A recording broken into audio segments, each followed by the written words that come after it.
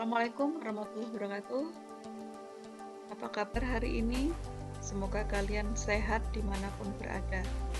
Kali ini bersama Bu Ani dalam sejarah peminatan, kita akan belajar tentang sumber sejarah berdasarkan sifatnya. Sebelum masuk materi, kita pahami dulu. Coba kalian baca artikel berikut. Benarkah berita itu ada? Apakah berita itu benar?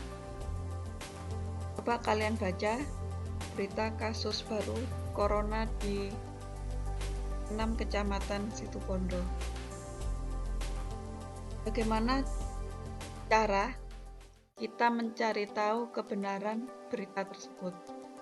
Setelah kita baca, coba kalian lihat yang di bold kuning. Di situ dijelaskan bahwa juru bicara Satgas COVID-19 yang menjelaskan bahwa adanya kebenaran bahwa persebaran kasus COVID di 6 wilayah Situbondo, dan di situ dapat dipertanggungjawabkan kebenarannya. Karena itu, kita harus belajar untuk mencari sumber sejarah agar kita tidak termakan hoax atau berita palsu. Sumber sejarah di sini yang kita pelajari adalah sumber sejarah berdasarkan sifatnya, yang dibagi menjadi 3, yaitu sumber primer, sumber sekunder, dan sumber tersier.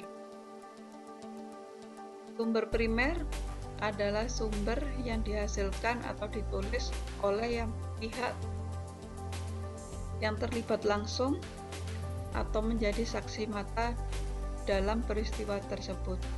Selain itu, juga sumber primer merupakan peninggalan asli yang berasal dari zaman tersebut. Contohnya, prasasti, kronik, atau catatan peristiwa, dan piagam.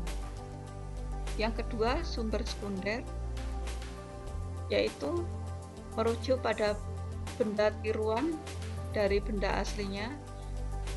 Sumber sekunder juga merupakan sumber kepustakaan dan yang dihasilkan oleh ilmuwan sejarah.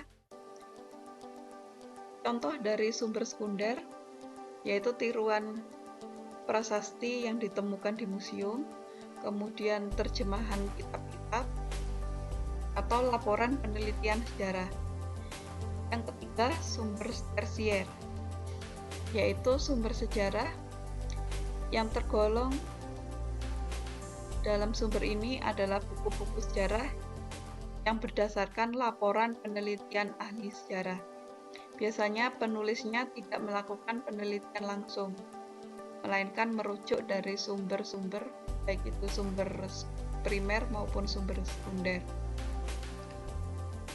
Contoh dari sumber tersier yaitu antara lain buku sejarah yang merujuk pada laporan penelitian. Di sini untuk kita bisa menjelaskan bagaimana contoh dari sumber primer, sekunder, dan sumber tersier, kita akan melakukan tantangan. Tantangannya di sini judulnya hoax atau bukan. Jadi kita akan mencari kebenaran sebuah berita.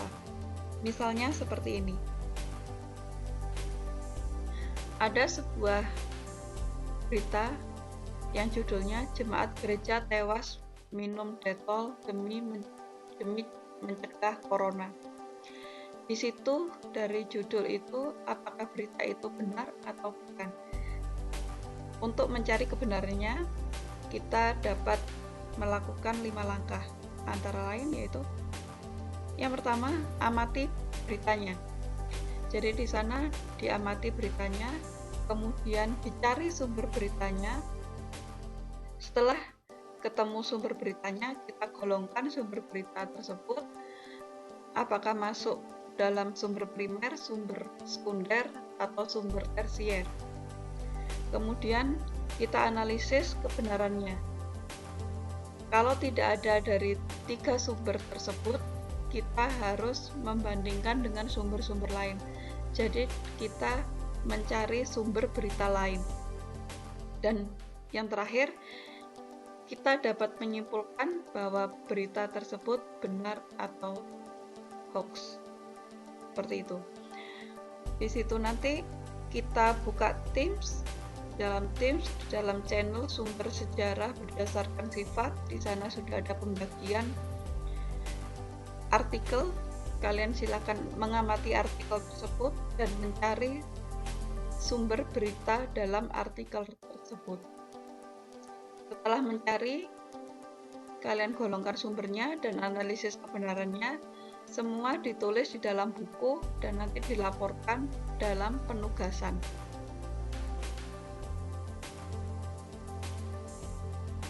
Sampai di sini pertemuan kita, dan kita renungkan untuk pertemuan kali ini, yaitu antara hoax dan kebenaran ada akal untuk mempercayainya. Akal untuk mempercayainya yaitu kita harus mencari sumber sejarah atau sumber beritanya. Terima kasih, sampai di sini. Semoga pelajaran kali ini bermanfaat untuk kalian. Assalamualaikum warahmatullahi wabarakatuh.